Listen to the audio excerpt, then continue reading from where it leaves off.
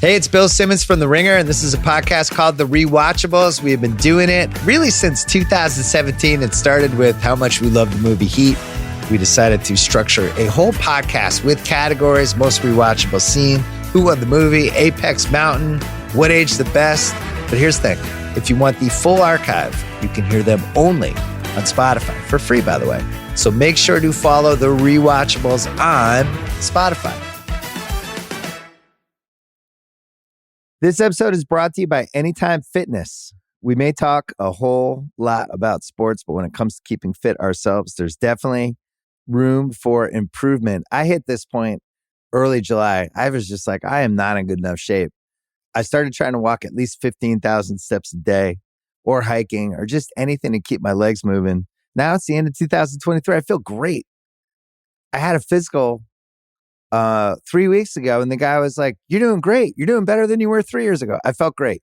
Whatever your goals are, progress is possible thanks to Anytime Fitness. Get a personalized plan and support from an expert coach anytime, anywhere. Visit anytimefitness.com to try Anytime Fitness for free. Start to train for your life. Terms, conditions, and restrictions apply. See website for details. This episode is brought to you by Read, Write, Own, Building the Next Era of the Internet, a new book from entrepreneur and startup investor Chris Dixon. If you're listening to this podcast, you know what it's like to be part of a community of fans. You value the people who play, perform, and create for everyone. Well, what if there are more ways to support them, more ways to be a fan? And what if you had even more ways to connect with the teams, artists, and other creators that you love? Even though creators make the internet valuable, how much value do they get for their work? Well, that's mostly up to a few big tech companies. Shouldn't creators get more from the platforms they make successful?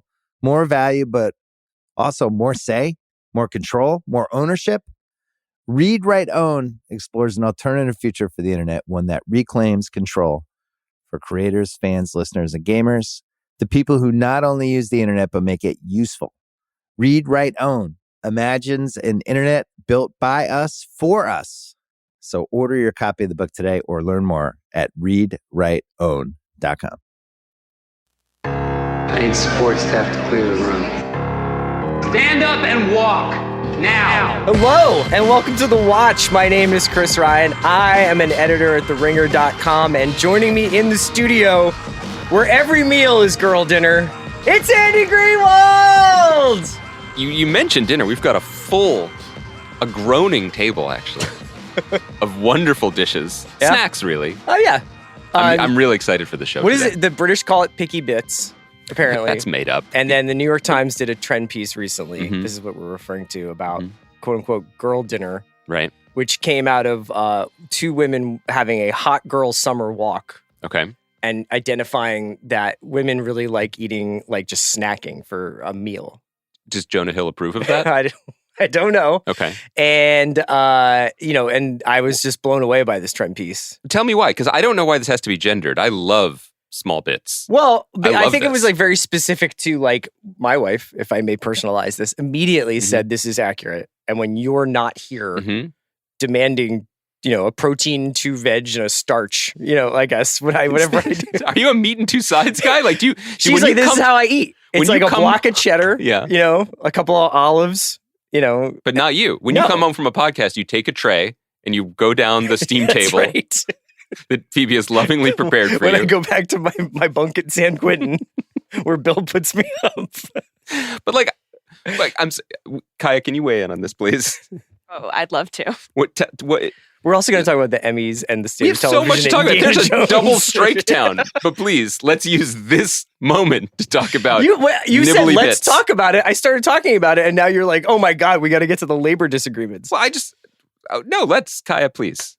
Yeah, girl dinner. I love it. It's real, right? It's real. But do you feel like when you saw this in the New York Times, the paper of record, were you like, I feel seen, this is an important trend piece, or is this non-controversial? Well, when I saw the TikToks that were about this like a couple weeks ago before TikTok's a website, right? I just want to be clear. Yeah. Yes, I was like, yes, I feel seen. Yeah. If I could, like I live with a boy and but if you could, you would just snack for life. In your home, girl dinner, if it was just you alone, you would maybe some tinned fish, a little salad. What Jose Andres, no. tinned fish? People fucking love tinned fish. A salad is too much work because a salad would require like probably some chopping or some like washing of vegetables. So it's going to be like or dressing, some Gouda cheese. Mm-hmm. I literally did this the other night. Some chips and hummus, tortilla chips and hummus. That sounds nice. You need to get something sweet in there. So you're going to probably want some like kind of fruit. So like some cherries, or like maybe. Just like a dollop of honey. Yeah, sure. It could be like maybe like Wow. a cracker with like a smear of cheese and then like a little like jam on top. A cracker? Yeah. How many girl dinners consecutively until you're full? Like, is each bite it's own? a night-long process. Yes, it's like It's grazing. Yeah. Yes. What is a boy dinner in your household? A protein, some veg, definitely some green stuff on the plate. Yeah. But I guess what I mean is it this what happens when in a boy-girl household or what the boy leaves the household? Mm-hmm. This is what the girl will eat. Yes. If the girl leaves the household, what will the boy eat? Well, speaking from personal experience, my boy will fire up the grill and like fully grill himself like a steak. What? Yeah. It's like, that's just too much work for me. He will just do a steak for one? Yeah. Yes. There's What tons are of you yang? There's tons of YouTube videos about steaks for one. It's about like, taking care of yourself. I'll tell you what boy dinner really is. Okay. It's opening up a can of Modelo. Yes. And then Finishing it. getting Opening like a second halfway one, through. right. Then being like, you know what? This has diminishing returns. I'm going to open up my second one because it's always that first sip. Right. Then for me, what do I do? I usually get Chinese food. I usually order takeout. That's guy dinner. All right. For me. Yeah. I think the idea is to come up with a guy aesthetic for the grazing tray that Kai is describing. Right. But like, I don't have like I don't have the salt, fat, acid, heat component. What I do is I get a bunch of novelty turkey legs, like the giant ones, and I throw them in the freezer. And then you eat them frozen, And or then you thaw them out? they're just like protein popsicles when they're ready. No, I feel like I combine the aesthetics of both of these things. Yes. Because but I will cook for one. Yeah, me I too. enjoy cooking for one. Yeah. But I will cook like mac and cheese with sour cream. No. and I'll herbs. see whatever's in the fridge. Like I'll take leftovers and I'll usually combine them with vegetables and some garlic. My put an egg on top, put it my in truthful rice. move is to take what's in the fridge and just make a taco out of it. Oh, that's nice. Yeah, whatever I can do. Okay. Does the taco always have like the most loving tribute to like Oaxacan culture? No, it's often just like Macaroni and cheese in the taco. Exactly. Wow. Okay. Andy, I don't know why we're wasting time talking about girl dinner. I don't feel my time's wasted. I just feel like I need to process some of this and then have 6 to 7 girl dinners, and then we can resume. Okay. A lot is going on in this town. Yeah. Hashtag this league. We've got a double strike on the horizon. Yeah. By the time people hear this, it probably will be a double strike between SAG and WGA. Oh, it's not between us. Well, both of those entities being on strike against the studios. Yeah. And let me just say, I'm so relieved that the pressure I've been feeling of being one of the hottest people on the Why picket do you lines. keep making this joke? Or do you want me to say, no, Andy, you're a beautiful man? No, I just feel like that's a mistake good, you for an actor all the time. That's a good joke, I think. And also everyone on the line yesterday was like, now we'll get more catering trucks. Because George Clooney will be like, here's some tacos. Right. The Casamigos Express is coming through. So we talked a little bit about this. I am really, it started to seem like a done deal, like this was going to happen over the last few days. But I think up until Monday, I was still a little bit skeptical that this would actually happen. And as someone who has been on strike for a number of weeks, I'm really thrilled. I think it's fantastic for the actors to draw a line in the sand and to stand up to the way the AMPTP has been behaving. I think it is absolutely beneficial to both groups that we are now both out and can negotiate from a better position. The crazy things this week that people may have been following was Monday seems to be the day that everyone in #ThisTown woke up and realized this was real. Yeah. There was a lot of assumption that this would just follow a typical playbook and everything would fall the way the AMTP wanted, which was to AMTP being the coalition of these conglomerate of studios and streamers, that basically they would get the directors to fold, check, that the actors would come into line, and then the writers would continue to be ostracized and be treated as outliers who are screwing this up for everyone. That is not the case from everything that I understand, and I am not privy to the conversations. The AMPTP continues to just be basically contemptuous about the idea of talking about AI in any substantive way.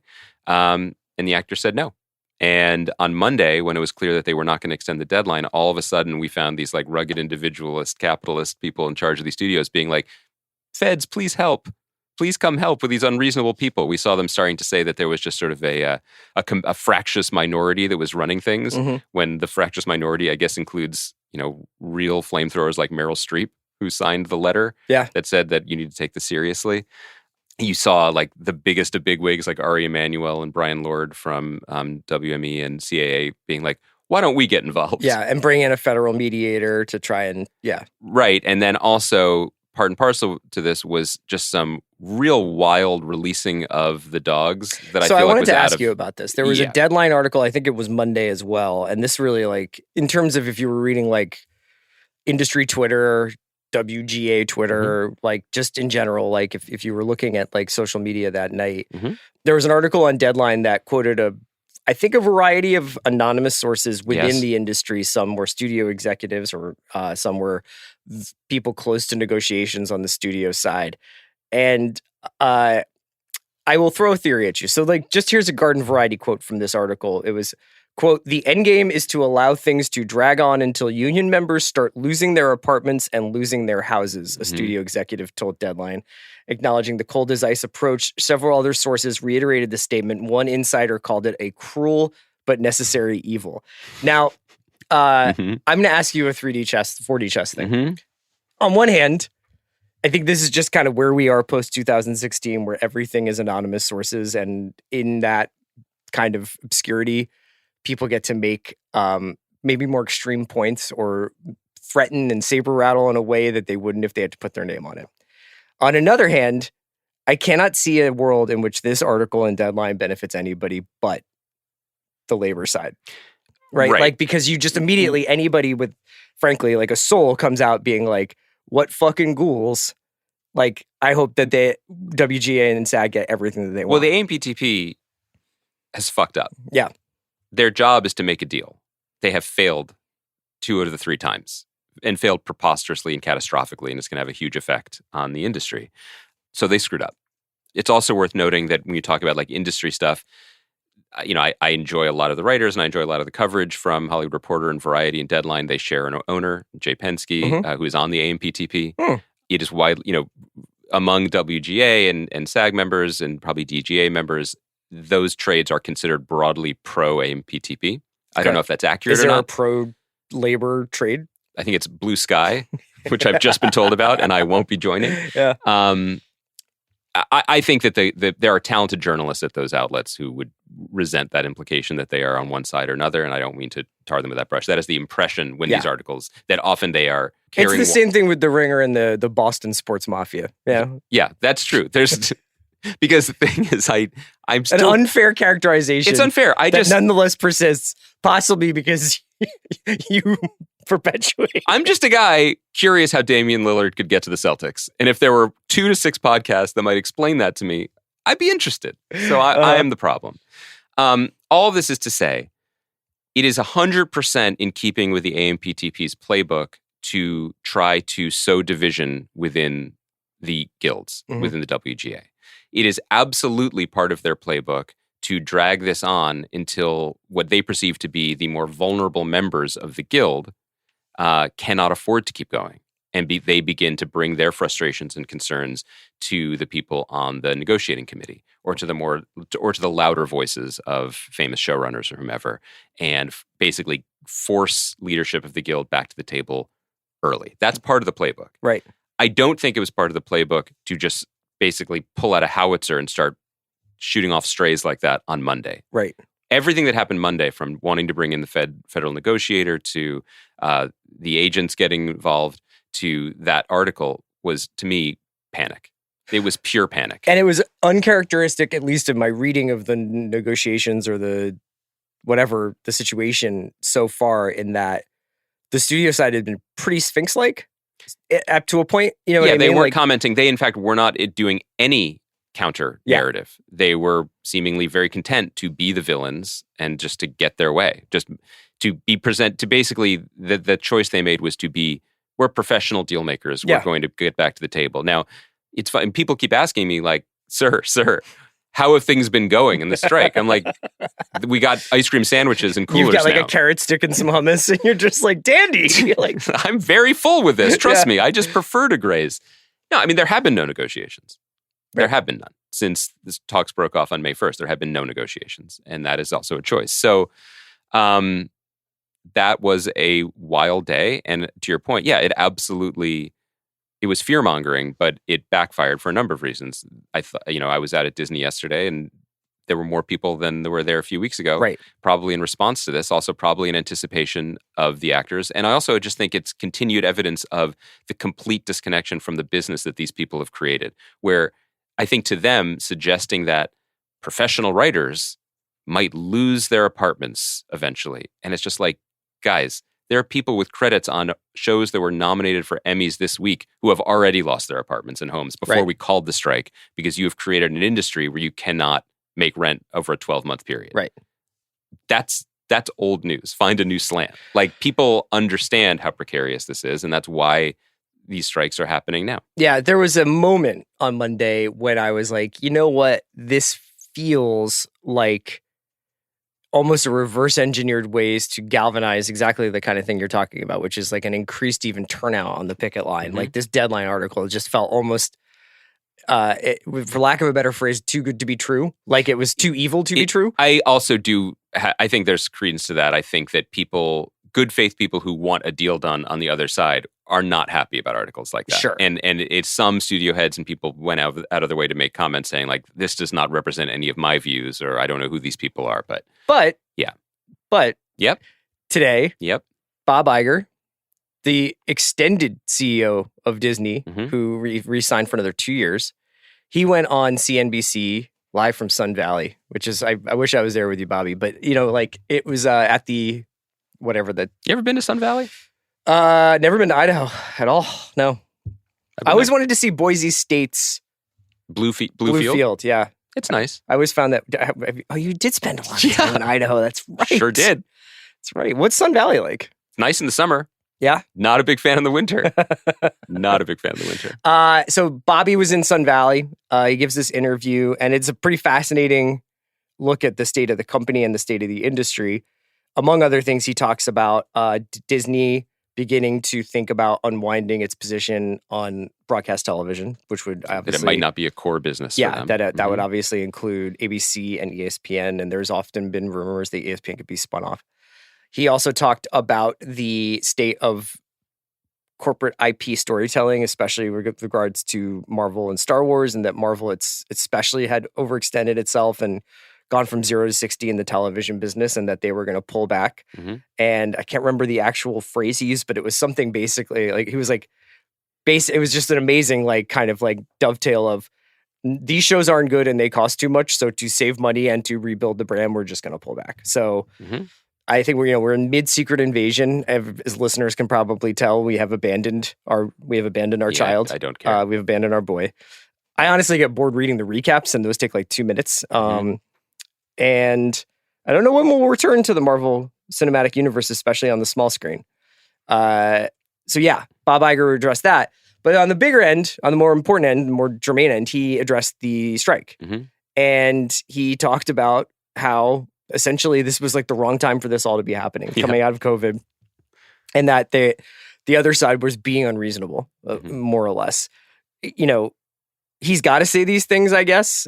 But I found the tone and position that he was taking to be less than conciliatory. Now, maybe you have to start from an aggressive place when you're negotiating. I don't know what these guys are doing. Also, I think that rich men get mad when they don't get what they want. I mean, I think that's genuine. Yeah. I think that they're mad. Yeah. This was supposed to be easy.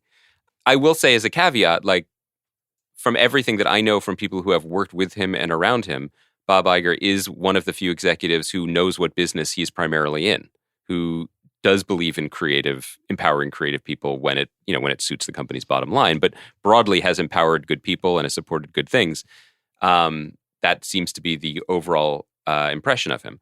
I also will say that his continued seat at the table is insane to me, and also part of the larger cultural rot that I'm concerned about, that we're going to talk about later in the podcast when we reflect on Indiana Jones and the Dial of Destiny. Yeah. Which is to say, like, everybody knows this. Like, he had one of the most legendary runs of CEO-dom in history. Yes.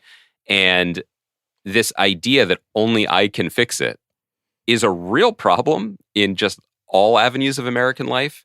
And it is bizarre that even though he's done, I listen to The Town, and you hear Matt and Lucas Shaw from Bloomberg talking about, like, these are wins on a corporate level, which Sure. I don't fully understand, but I think they're probably accurate in their assessment of it in terms of things that he's unwound that Chapek did. But what's bizarre to me about it is he's cleaning up his own messes, which draws attention to the messes that he made. Instead of being lionized for buying Marvel and buying Lucasfilm, he is now actually having to deal with the fact that Marvel is in enormous creative decline and has been diluted. That Lucasfilm is a disaster, frankly, in terms of its creative output and what they've gotten back from the deal and decision makings behind it. And he has to be the one standing up and speaking to all that. Yeah. Now, in terms of this being an unreasonable time, I guess sad face emoji is my response. He's getting paid $27 million a year. I'm going to read you some Bob Iger quotes. Yeah. We managed as an industry to negotiate a very good deal with the Directors Guild that reflects the value that the directors contribute to this great business. Can we get some directors on to talk about how they feel about their historic deal today? We wanted to do the same thing with the writers, and we'd like to do the same thing with the actors. There's a level of expectation that they have that is just not realistic. And they are adding to the set of the challenges that this business is already facing that is, quite frankly, very disruptive. Who should bear the blame for the catastrophic decisions he and his C-suite executives have made? I don't know. Who should suffer for that? I think if you look at the larger arc of American... Dr. Henry Jones, perhaps?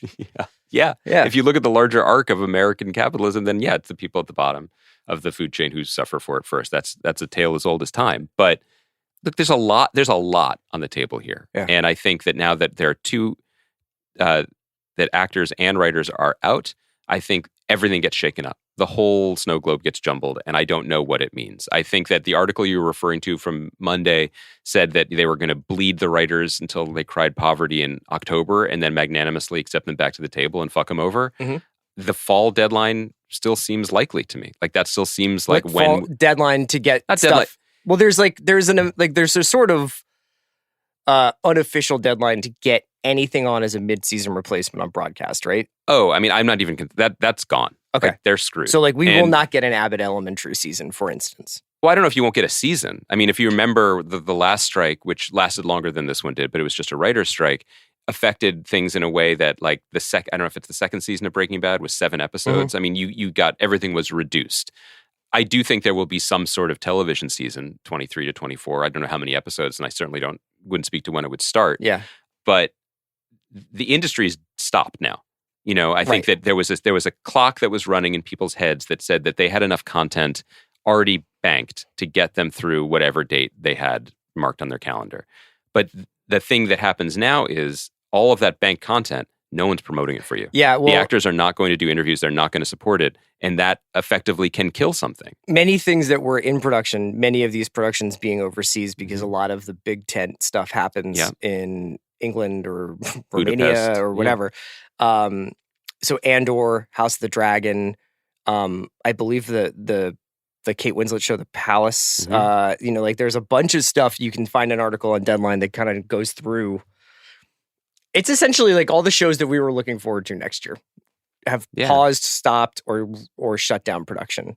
Now that the WGA is out and now that the actors are out, I'm not sure exactly. Oh, I believe even Industry was mentioned. I don't know if they finished their third season or not. But I don't think they finished it. We could, I'm sure we could get Conrad and Mickey to comment on it. Yeah. But they have not only the British actors, but like Mahalo is the star of the show, is certainly a member of SAG-AFTRA, and it's a trickle down effect now. I don't want to like lose the entire show to this, but you want to get back to crazing for dinner.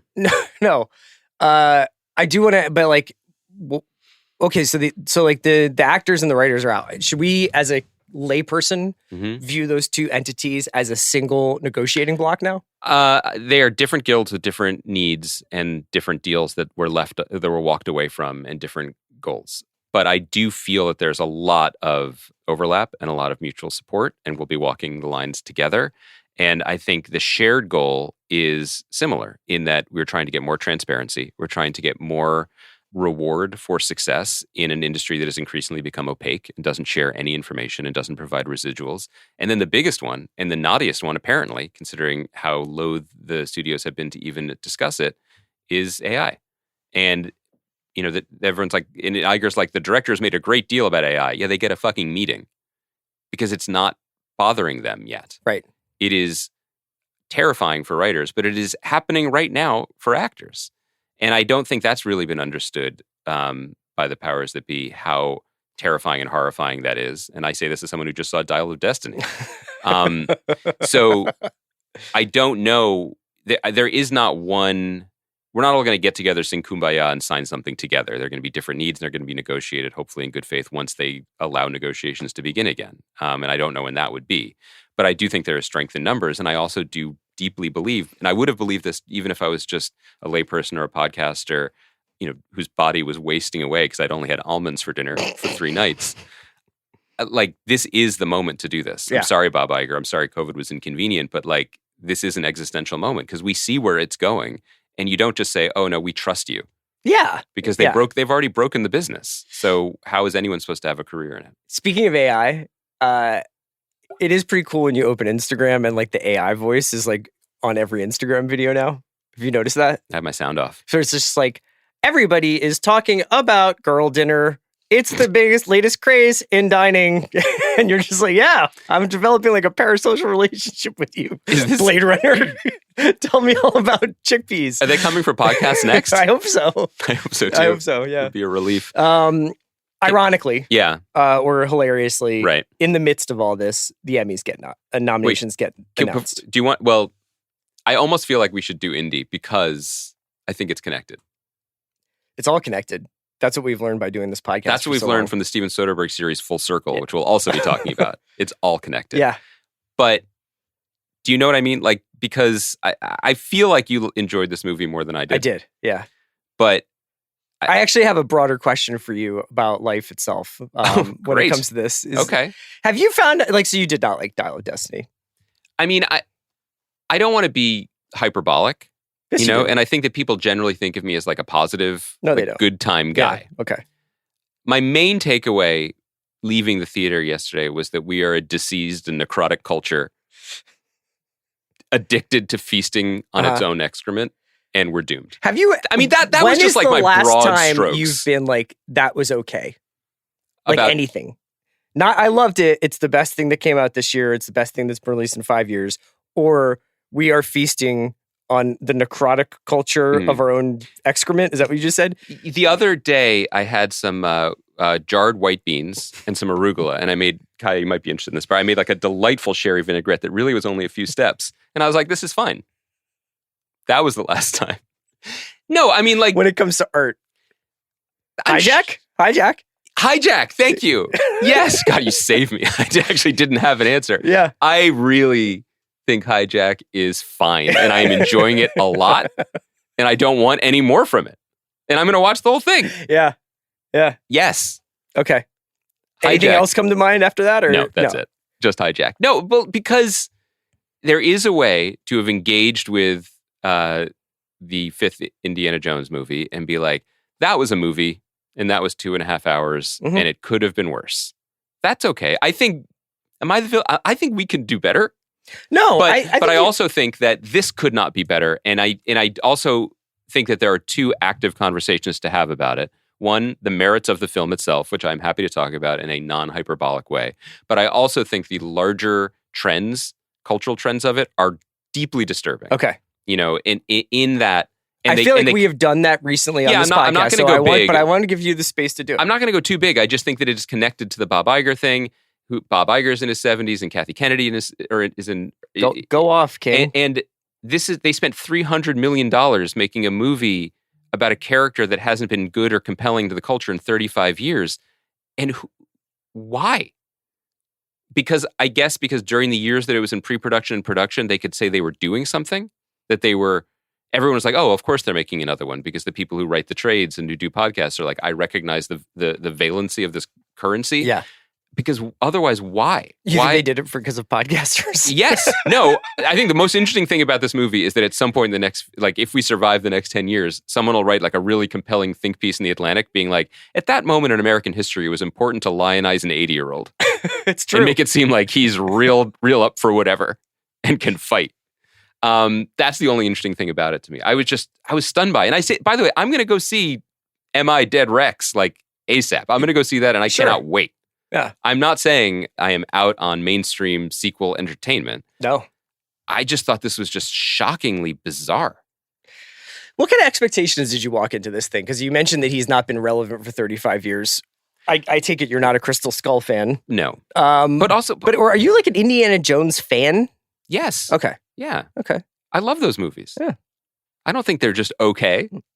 I think they're great. But also, I think it's okay to stop with things. And I don't know what it's serving to have an 80-year-old Indiana Jones, who then also in the movie can still jump out of airplanes and punch everyone and get shot and be fine. Yeah. There's no humanity in any of this. And the thing about the character that was always so compelling was that he's an archaeologist, right? Like he isn't Tom Cruise riding a motorcycle off of a cliff. I mean, he's pretty active. He leads an active lifestyle for a senior. Yeah. That's true even in I would Last say Crusade. that the amount of time spent in the classroom in the Indiana Jones films is minimal. It's about the amount of time I spent in the classroom. Although that classroom scene in Last Crusade is great. Yeah. I liked all the New York stuff in Dial of Destiny. Spoilers for Dial of Destiny, I suppose. I thought some of these set pieces, if you adjust for the fact that everything is pretty much CGI now and everything is going to be taking place inside of a volume or green screen like environment where nothing seems real and everything seems lit with an IKEA desk lamp. Like I thought like the tuk-tuks in Morocco, like that chase was kind of neat and inspired. I thought that stuff's really boring because they're all the same. There's always a train but fight. go There's back and always watch a motorcycle the Indiana thing. Jones movies. There's some long ass chases in those movies. I totally will admit that. And our appetite and our rhythms for action scenes have changed dramatically over the last 30, I was thinking 40 about years, that a lot because Raiders is essentially the blueprint for something exciting happens every 9 minutes. And that never lets the audience get bored. And now I think we require something exciting that happens every 90 seconds. So watching a film like Dial of Destiny that sort of subscribes to somewhat older rhythms, which even in of themselves were hyper for that time period, I'm like, oh, Christ, like I guess our brains really are coming out of our ears. For what it's worth, and this is probably the least relevant take. I don't think anyone had this particular zag, but I was like, in the 3 quiet moments of the movie, I thought Harrison Ford was pretty good. Yeah. He's great. He's a icon and a legend and brilliant on screen. And when they let him be a human in the movie, he was pretty good at it. But otherwise, he's just, whether it's CGI or not, it was just, take away my hyperbole about the specific movie. It is not a healthy entertainment environment. Right. To spend this much money on this and get this result and have it be what it is. You know, make a good movie. I dare you. Make a good movie. Yeah. And then worry about its obligation to the expanded cinematic universe and everything, because there is a wrongheadedness here that does worry me, because we won't say any more about Dial of Destiny, but to walk away from this movie and feel like it had an emotional ending or closure, you would have to be deeply invested in an Indiana Jones love story that began in 1981. Yeah. There is no point of entry here for anyone who didn't know anything about that. But we've talked about this before, is the mere nerve sensation of recycling or referencing something that's happened I mean, I don't know if you saw this, but like they're shooting Deadpool 3 right now. Yeah.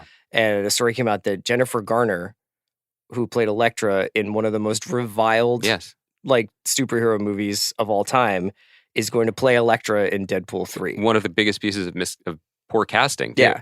And it's now we have kind of crossed the Rubicon where it's like, it doesn't matter. As long as it is in reference to something that happened in the past, people can feel like completists and draw like these little connections to it. I just don't know why are we only making movies for those people? And I think the Top Gun thing is an interesting comparison, because Top Gun, what you were feeling the feelings of familiarity were to the first Top Gun in terms of the way it made you feel and the type of storytelling it was employing. It didn't matter if you knew that Jennifer Connelly's character is the one who is referred to in a throwaway line in the first movie. Right. That did not matter to your understanding of the film or your enjoyment of it. And in fact, the things about the Top Gun Maverick movie that were like overly cynical or calculated to me were the villains are just faceless video game antagonists so that this movie could play in any era. That made sense to do because that's not what the movie was about. Maybe it's a one of one because maybe Tom Cruise is a one of one. But and look, the CGI indie thing, the AI indie thing was fucking freaky. Because I think you said this on the podcast. They scraped his performances from the eternity of Harrison Ford as Indiana Jones performance. But he talks like an 80-year-old man. Yeah. This isn't great.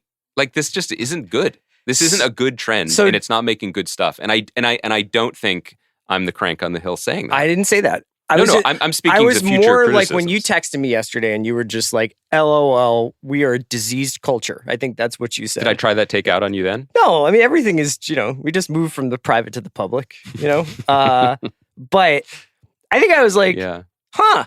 I think when you were like, I'm going to see Indiana Jones, I was like, you were excited. Way to go, my guy. Because people should know that I let you know what I'm doing at almost all times. And I said, good for you or something like that. And then you were like, I am deeply appalled and nauseated by the state of the world. Mm-hmm. And that's just not how I felt watching that movie. I just feel too much. But I also wonder whether, you and I are different guys, I think that I legitimately do want to separate the point that like this movie didn't hurt anybody. There was a lot of goodwill and like skill and talent that went into it. You know what I mean?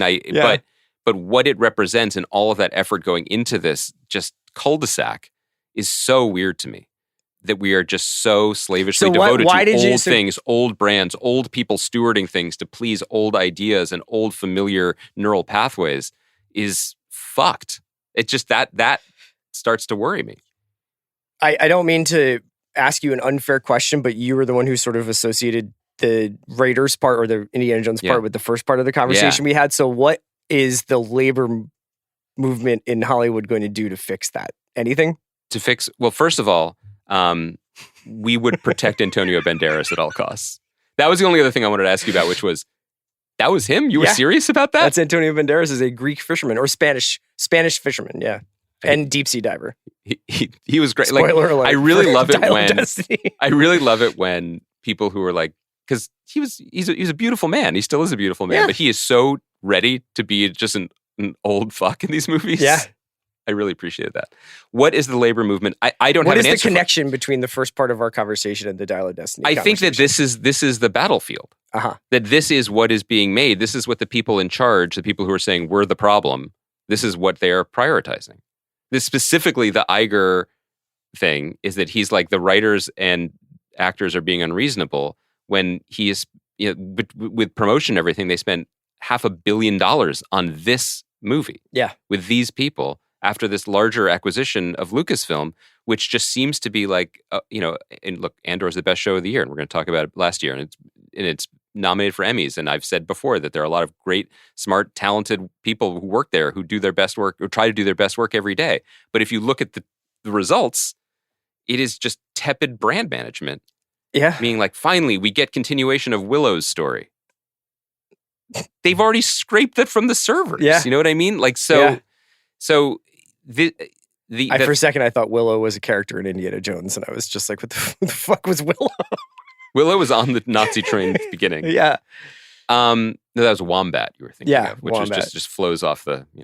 No, the reason I bring it up is because we're being disruptive in this moment because look at where all the money is going, and look at where the industry is going, and there are fewer and fewer opportunities for any kind of, not just, you could say fewer and fewer opportunities for careers, but also fewer and fewer opportunities for original ideas to break through. And again, I say this with hopefully some humility, which is like James Mangold is a A-list director. Great director. Yeah.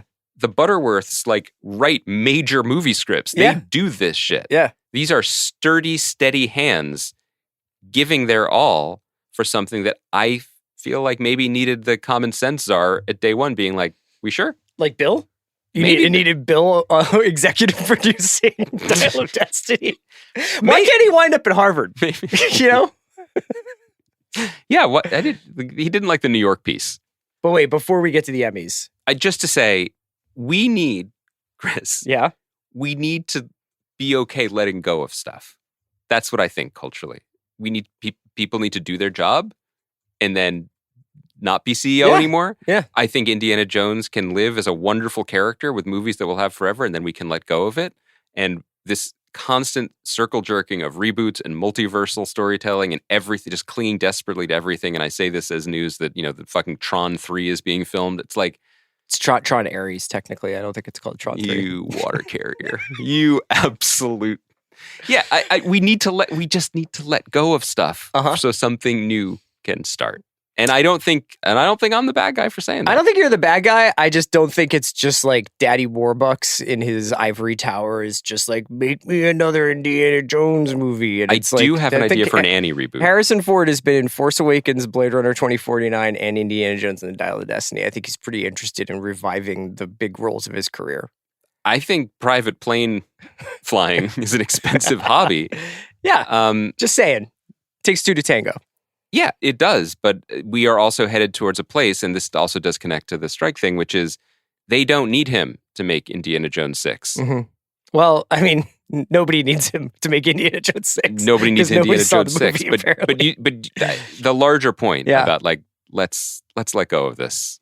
I'm just trying to provide a balm. I think I probably have even more extreme views about that kind of stuff than you do, where I'm just like, I'm ready to go back to the 96 and just like, let's make Sex, Lies, and Videotape and leave it all fucking behind in the rearview mirror. So that you were like that until I showed you a picture of Hugh Jackman in Wolverine's iconic yellow suit. And you were like, let's go. This is everything to me. This episode is brought to you by Mint Mobile. New Year's resolutions are fun the first couple of weeks. Then you kind of maybe conveniently forget about them halfway through January. No shame. It happens to us all. But this year I have a foolproof plan, at least when it comes to saving money. Just switch to Mint Mobile and you're done. Goal accomplished, because for a limited time, their wireless plans are $15 a month when you buy a 3-month plan. The great thing about Mint Mobile is there's no jaw-dropping monthly bills or unexpected overages, and all plans come with unlimited talk and text. Get this new customer offer today at mintmobile.com/watch. Additional taxes, fees, and restrictions apply. See Mint Mobile for details. Inspired by the life of the savvy and ambitious Colombian businesswoman Griselda Blanco comes a new Netflix original limited series. Griselda tells the story of a devoted mother who, with her lethal blend of charm and relentless savagery, creates one of the most powerful cartels in history. Witness Sofia Vergara's captivating transformation into the godmother of the underworld. Griselda, now streaming only on Netflix. Love the way you look this wedding season at Men's Warehouse. With the range of sizes from extra small to big and tall. Explore top styles at prices for any budget, including designer suit and tux rentals starting at just $159. With over 600 locations, in-store consultations, and easy online booking, there's a reason why couples choose Men's Warehouse to find their perfect fit.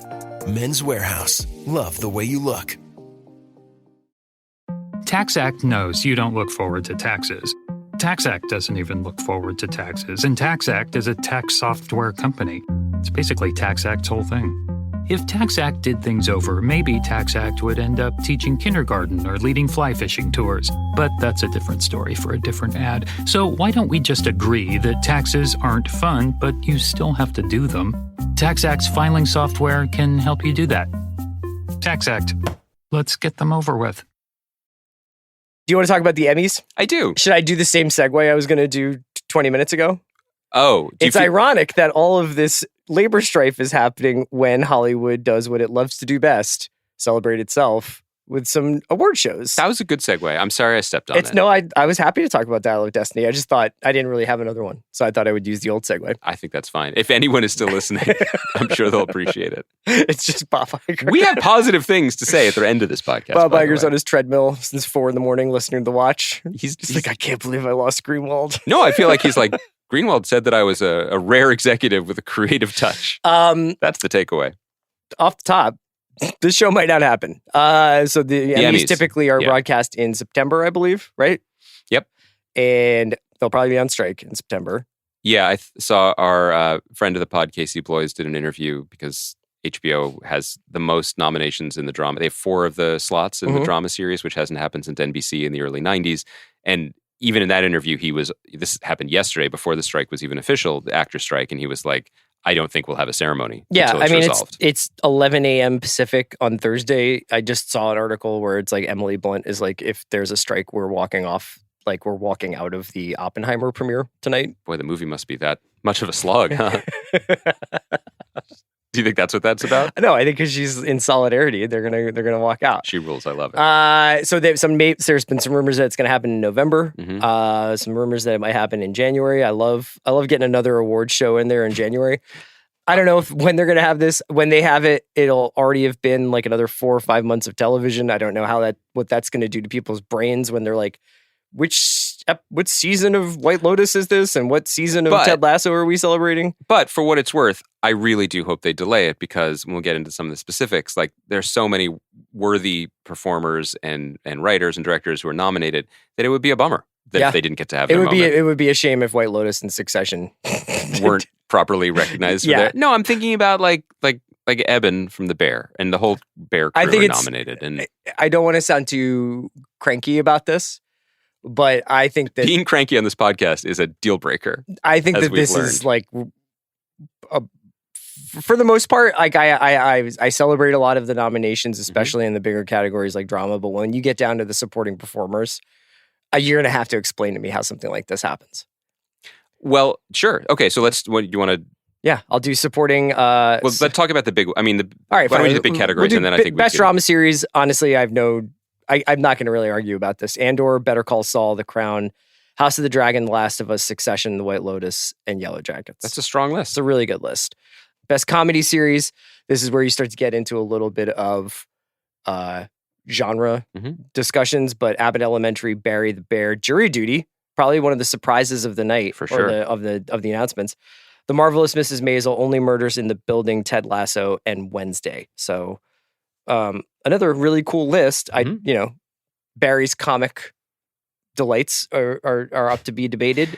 Well, The Bear as well. I mean, we are in this place. It really is half hour versus hour. That's the distinction at this point. And then the biggest, the thing that's probably had the most kind of controversy about it as a category as things get moved from limited to ongoing series. But the limited or anthology series nominations are for Beef, which I liked quite a bit, Dahmer, Daisy Jones and the Six, Fleischman is in Trouble, and Obi-Wan fucking Kenobi. That's wild. Yeah, that is wild to me. I mean, that was a limited or anthology series. So, I hope so. So it was correct in where they placed it. That was a shocker. Yeah, so where I sort of started to really have some problems with this is specifically in the supporting actor drama and supporting actress drama series. But okay, let me go through supporting actor in a drama series. F. Murray Abraham, The White Lotus. Nicholas Braun, Succession. Michael Imperioli, The White Lotus. Theo James, The White Lotus. Matthew McFadyen, Succession. Alan Ruck, Succession. Will Sharp, The White Lotus. Alexander Skarsgård, Succession. How's that happen? What's your point? How does that happen? Did people only watch 2 shows? Yes. That's fucking pathetic. It's a mess. I mean, so, okay, there's a couple things to say. One, this year, because it is now clearly an ongoing, the White Lotus category jumped. So it is now in the drama series, forcing out other potentially worthwhile nominees in the process.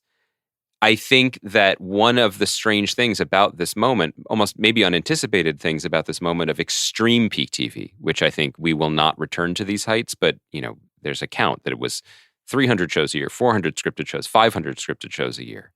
One of the results of that explosion is, I think, a narrowing of people's not just viewing habits, but of their interest in pursuing viewing habits. People watch what they like. And it's almost as if the sheer quantity serves as a permission slip that you don't have to hunt around in the margins to the degree that you used to. So voting for these things becomes just checking boxes. Yeah. It's bizarre, but it is also not possible, both from an actor's point of view or even the SAG point of view. The show couldn't say, we're only putting Will Sharp and Michael Imperioli up for this award. We're not going to. Why not? Well, the actors have every right to like submit themselves, to be considered, and so you enter into these strange things where it's not like Alan Ruck. I don't think has been nominated before and deserves it. I mentioned everybody deserves it. Everybody's really good in this. I just mean like as a competition and as like a celebration of totality of television. It just seems. We shouldn't be narrowed to this degree. Yeah. I think that year after year, when we've done it on the podcast, or even when I was writing about it for Grantland, I am generally, though I think award shows are silly, the Emmys have generally done a fairly good job of representing the enormity and the scope and the abilities of the people who are working on TV. And one of the ways that they did that was in these, they're not marginal categories, but slightly off to the side categories, like supporting. Mm-hmm. You would get surprise people, or if a show wasn't nominated or couldn't break through, maybe a special performer would make, and this wasn't a supporting category, but I think about Rami Youssef from Rami getting nominated a few years ago. Mm-hmm. Like, you can make noise. I think he won. Yeah. That's increasingly not the case because it has become celebrity driven. A big name will push things forward. I couldn't quantify how much Ewan McGregor playing Obi-Wan Kenobi means that is the reason why it got nominated, because both Ewan McGregor is famous, but the name Obi-Wan Kenobi is a lot more famous. It does seem like there's a lot of that. Just like I like Succession, so I'm just going to save myself some time and just check it all the way down the line. In Best Actor and Actress, you have a little bit more, well, not that much more, but some more variety in the drama series. Jeff Bridges for The Old Man, which you and I thought his performance was quite good, but like kind of fell off on that series after a couple of episodes. Brian Cox, Kieran Culkin from Succession, Bob Odenkirk from Better Call Saul, Pedro Pascal from Last of Us, and Jeremy Strong from Succession. I don't know how the voting really like operates in this, but is there any outside chance that all these people cancel each other out and Jeff Bridges or Pedro Pascal win? Yes. Or Bob Odenkirk, for that matter? Probably not, because nobody watches Better Call Saul. There's a chance, though. Yeah. I think that is definitely what some of these people are banking on. I think this is a weird list to talk about because, and you said it a moment ago, I have almost no issues with the people who are nominated. I would have liked more diversity in terms of the shows they were pulling from and the people that were nominated, but this makes a lot of sense to me. I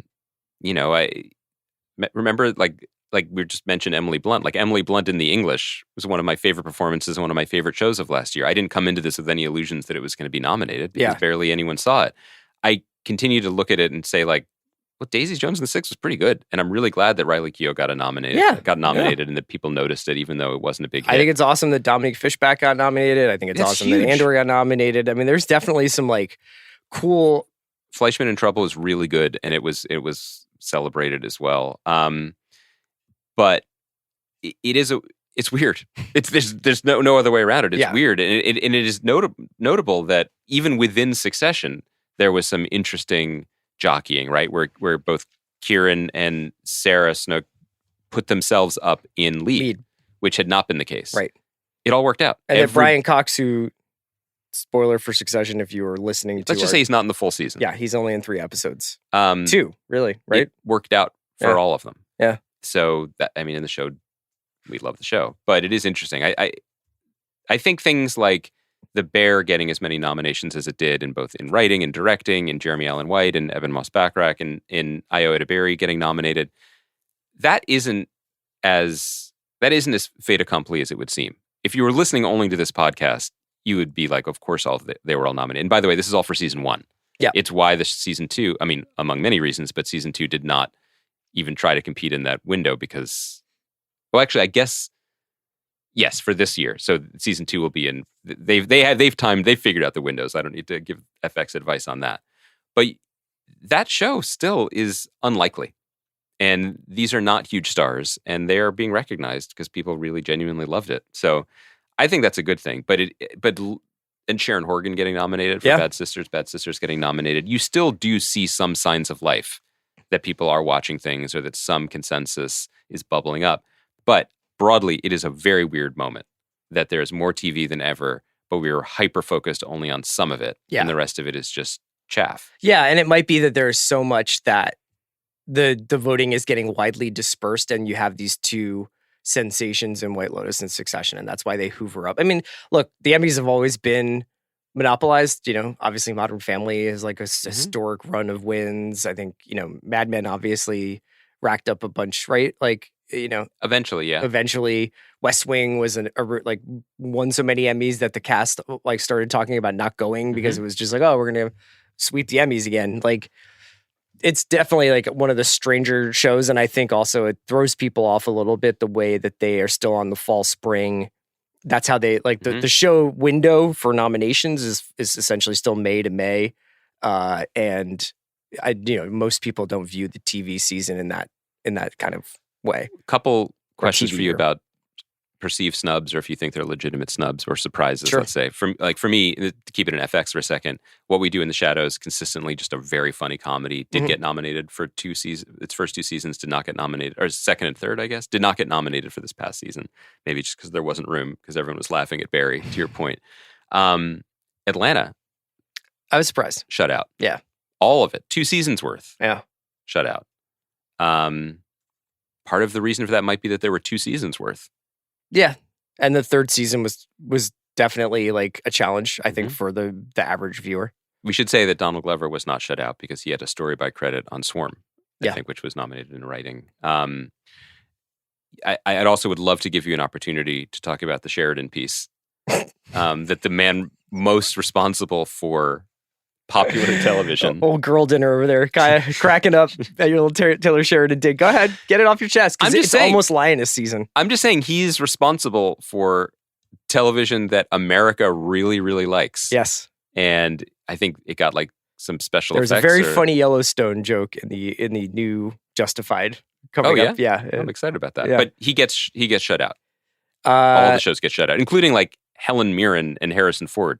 I was pretty surprised that nothing from 1923 did not get recognized. Those shows are also like pretty big hits. Yes. I don't know if you've been following the way they have basically been writing 1883 throughout this summer, where they keep airing it in marathons on Paramount Network. Yeah, they moved it from the streamer to the network, where it just continues to reap huge dividends. Yeah. So yeah, I'm very surprised, although I do get the impression that he is sort of a man apart when it comes to #ThisTown. That's exactly it. Yeah. I mean, I think we are now past the point. I could be 100% wrong about this, but my sense is we are past the point where there's like coastal distaste for these shows. I mean, most people that I know in #ThisTown watch some of his shows and enjoy them. One person in this room watches. Yeah, Kaya, the Tulsa Queen herself. So I don't think it's that. I do think it's that he is essentially an industry unto himself. Yeah. And does not, and I'm not saying this to suggest he does anything untoward or wrong, he does not play ball. And he does not engage with any part of the apparatus that works here. One other thing I would just mention briefly as an observation about all the nominations, and we can get into full circle in a second, is just that I do not think the crashing everything in before the Emmys deadline is working. You look around and notice things like, did The Great get nominated at all? I don't think so. I think it didn't this year, which is a surprise. It had been. And you're right. And they crashed that in. Literally, as I was saying that, I had another show that was an example and I forgot. So because there are too many. No, it was just another one of these things where it's just like, oh, you're trying to rush this thing to air. Elizabeth Olsen is another example of somebody like that's a show that kind of I feel like was very much made to get awards notoriety. Yes. And yeah. It doesn't, some of the old calculus just doesn't work anymore. Like HBO greenlighting this, well-covered terrain. Candy had already come out, but they get a star, they get David Kelly, they put it all together. Now, this is a cynical framing of it because I think that the people at HBO are like, we believed in this project and the creative spin on it. Yes. Yeah. And that's all true.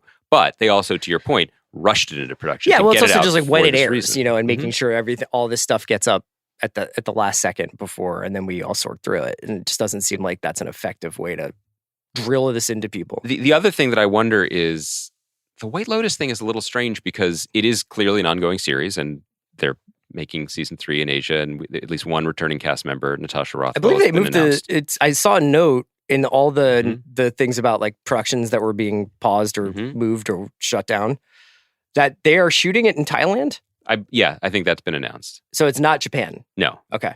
But that said, I don't think Megan Fahey and Sabrina Impacciatore are coming back necessarily, or at least coming back in season 3. And it is interesting that you could some might argue that you can do more with a limited arc Right. You have more opportunity to do a lot of big, broad things. If you really, I mean, they're only doing one season, but they're being put up against people who have been doing steady work. Like Sarah Goldberg from Barry would have been in a different category. Yes. But she has been consistently amazing year to year. She was not nominated this year. So that's not a good one-to-one, I imagine. And this year, actually, Ray Seahorn finally was nominated for Better Call Saul, which is a good thing. But I think there might be some actor quibbling about those sorts of things. But they were all good, so it's hard to argue. Does Andor have a chance? No. Okay. But Andor got nominated, and our guy Tony did not get nominated. Only Beau Willimon got nominated for writing, which is funny. But Andor got nominated. That's important. That's to me. cool. It's great. When they bring it back and they can say the Emmy nominated series returns. Yes, and they should. And I hope they look at why it was good. Yeah, and make more of the things like that. That's my advice, Hollywood. Briefly before we get out of here. Oh yeah, we're not really. So we like Hijack, but we're not going to do more today. Well, I think we can do 3 episodes of Hijack. Again, then we'll do like a check-in. I'll do 3 episodes of Hijack this afternoon, and 3 episodes of Drops of God, I think the fourth one which just I really came like. up. The fourth one just came out. We're right about to get into a couple of really important shows coming out, though. We've got Full Circle from HBO Max, which is the new show from Steven Soderbergh. That's coming out tonight. 2 episodes, I believe, are being released tonight. And then next week is Justified City Primeval, based on the Elmore Leonard novel, bringing the Raylan Givens character back, but putting him in an entirely different setting outside of Harlan and putting him in Detroit. Andy and I have both read that book. It's pretty ridiculously awesome. I don't know if the embargo is lifted or whatever, but I'm happy. I'll put it that way. I think that's important. Boyd Holbrook plays the villain in this show. I didn't shout Boyd Holbrook in Dial of Destiny. He was real good. Yeah, he was real good in Dial of Destiny. So Full Circle rocks. It's so good. And I just wanted to take a second to talk about Steven Soderbergh before we get into the show itself. Yeah, and by the way, we're going to talk about the show in a kind of a preview capacity to encourage you to watch it. Yeah. We're not really going to spoil things. I don't know if it matters if we do, but yes, go for it. It's we could just set it up in the broadest of strokes, but Steven Soderbergh has been on a decade-plus run since his fake retirement of making some of the most probing and insightful and confrontational and transgressive art about class and race in this country, and no one talks about it. Or not no one talks about it, but it's just kind of flying under the radar. From High Flying Bird, No Sudden Move, to this, to Laundromat, he routinely confronts like real shit that is affecting real people in the world in a wildly creative way. His style is now like almost indescribably his own, both from the lighting to the fact that he is essentially a self-contained industry himself, where he's like shooting and editing he's doing the camera operating. Yeah. He's editing it in the car on the way home from set that day. And it's really something to behold, to see this body of work. I think when you see any one piece of Steven Soderbergh stuff over the last 10 years, you would be forgiven if you're like, that seemed a little bit slight, or there seemed to be something maybe there was just not enough sweat expelled over it, because it just doesn't, it feels like he has gotten so good at making the movies and the shows that he wants to make. And some of them are not as successful as others. Like Mosaic, I did not think was like as I agree. successful. And I think it was made as an experiment in the first place. But I would take the best work that he has done and put it up against anybody else's last decade. And most people would look at this as a weird decade for him. You know, he has had times where he has been at the center of the culture when he was making Ocean's 11 and Aaron Brockovich and Traffic. In the previous decade. Yeah. And now he's kind of a little bit off on a margin, and he's finding different ways to express himself. And, you know, you talked about, when you were talking about Dial of Destiny and like the necrotic corpse of culture, like this is the person who's just like makes me want to wake up in the morning and like do this. And I think it's not fair to say more people should or could be like him. He is kind of 101 because he has won Oscars. He has played by the rules back when there were a different set of rules. And he is just uniquely motivated and talented. But what the career that he's crafting for himself is kind of inspiring, because there's so many other versions of talented filmmaking where like a Todd Field or something who makes commercials so he can support his life, and then struggles for over a decade to make a statement movie and to make something as worthwhile in my mind as Tar. There are countless, dozens, hundreds of filmmakers who play ball to varying degrees and do their time in the franchise trenches or in the MCU or whatever, and one for them, one for me, or try to make that work. And I totally understand why anyone would do that. Soderbergh is just so ravenous and so interested in people and life and moving and seeing things and looking deeper and going that you can't look at one project on its own. You have to look at it, I think, as what you're suggesting, as part of a larger body of work. conversation. I forgot to mention that he's having Kimmy, which came out last year on Max and starred Zoe Kravitz and is basically like a Hitchcock COVID thriller, but is also about, I think, being alive in late capitalism. And then also Let Them All Talk, which is this beautifully observed chamber piece set on a cruise line with Meryl Streep and Candice Bergen and Lucas Hedges. And it's just incredible. And the thing about Full Circle, like I feel like I was trying to scan like what some of the early reaction to it is, and it's a little bit, it can be a little bit confusing in its plot. It can be a little digressive. There are aspects of it that maybe don't work or don't sing, at least in the early going. But I think you got to throw that away and be like, I'm engaging with something here. Yeah. I'm engaging with Steven Soderbergh, a filmmaker, and Ed Solomon, a veteran screenwriter who's done everything from Bill and Ted to he did Mosaic. He did No Sun Move. More recent things with Soderbergh. Yeah. And they're interested in things. And that's something that is so missing, I think, from a lot of the culture that we're receiving these days. So this is a kidnapping, interconnected crime broadly, like you story. Could say, I don't think it's based on, but if you've seen the Akira Kurosawa film High and Low, it is not unlike that sort of setup where there is a kidnapping of a well-to-do family's child, and then everything kind of spins out from there. Now, you could just be like, Steven Soderbergh could probably make a great 2-hour movie that is essentially High and Low, but him being Steven Soderbergh and him playing within the sandbox that Max has given him and whatever, it's a 6-episode show, he is going to go, first of all, it's just entirely on location, and he's running around New York City running and gunning. I don't think he shoots with an iPhone anymore, but it feels like when you get into some of the locations that he is in, that it's just him in there with an iPhone. So it feels real, and it feels unlike any other show like that. It's not Vancouver as New York. It's not Toronto as New York. It's not Atlanta as New York. It is shot in New York. And then it brings in, it's like this great kind of head fake, because I think if you just watch the trailers, you think that this is a show about Claire Danes and Timothy Olyphant and Dennis Quaid and some secrets that they have between each other. But then there's this whole other thing. Like, honestly, CCH Pounder might be the star of this show as this essentially matriarchal crime lord of a Guyanese immigrant family / underworld who is trying to correct a decades-long basically run of bad luck and slights against her family by being involved in this kidnapping. I don't want to give away too much, but that's essentially, you can get that from the trailer. But to your point, like, there are pieces here that are familiar in terms of storytelling, in terms of a Kurosawa film that has been remade and reimagined multiple times. One of the major differences here is that they looked at the game board and they were like, we're not going to play with the same pieces. Yeah. We're going to talk about Guyana, and we're going to talk about an immigrant community in parts of Brooklyn that we as audience members are not that familiar with and have not seen before. We are going to talk about celebrity chefdom. Yeah. And we're going to let Dennis Quaid plays like a Mario Batali, Rick Bayless kind of like, with a ponytail. Yeah. And he's just like, Dennis Quaid's great. And always. And now it's like, okay, now you can act. Like, let's go for it. You're not going to be the matinee idol in this. You're an older guy, and you can have some fun. Zazie Beetz, whom I love always, is the quote-unquote... She's Humphrey Bogart. ...cop character, detective. But she's a postal inspector, and her boss is Jim Gaffigan. Yeah. And Jim Gaffigan has one scene in the pilot where he just eats a Trader Joe's burrito and then, like, kind of belittles her. Yeah. It's awesome.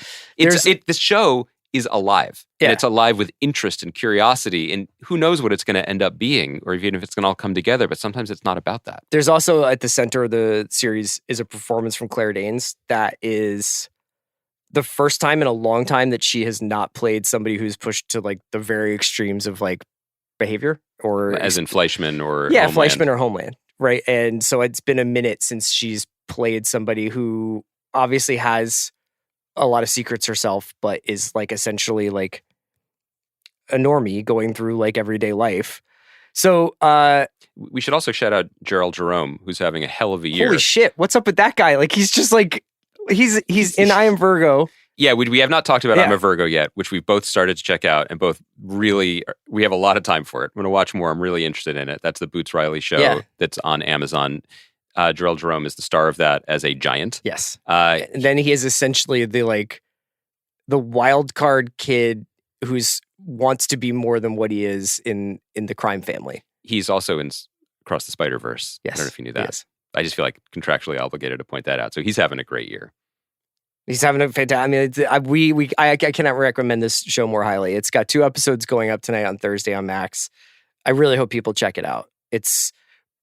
I can imagine people watching and being like, "This is weird," or like, "What's the deal with this show?" The deal with this show is it's being made by an individual artist with a unique point of view, and that's what happens sometimes. Is like it's complicated and it's funny in places you weren't expecting, and it's sad in places you weren't expecting, and it's messy. Yeah, and it's also a very dense crime story. So I think you and I are pretty used to those, and you can be like, "Oh wow, so we're gonna do insurance scams now, okay?" Like, and keep going and going and going, but stick with it.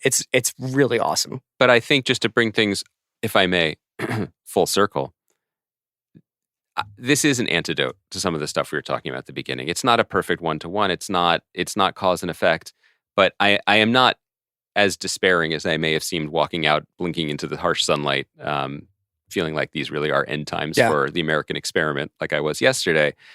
Good things can still happen. I would just like to see a playing field where these good things can become the norm. Just need postal inspectors as you beats with or eating a gyro outside of Washington Square Park. I would, but also I would like James Mangold and the Butterworths to make a movie they want to make. Yeah. So that's the America I believe in. All right? Will Bob Iger give it to us? I don't know. Will Ron and Casey DeSantis give this to us? But you'll have to wait until Monday's show. Thanks to Kaya McMullen for producing us. I feel like this show may have been 3 hours, but we got to give the people what they want. And also, I don't think people realize that for all of the hours we've been doing this podcast, you've just been locked in eye contact. Have I been doing that? Just focused. Because this is when we do our best work. Well, I'm not looking at Twitter while I talk to you. Is that because you've moved to Threads?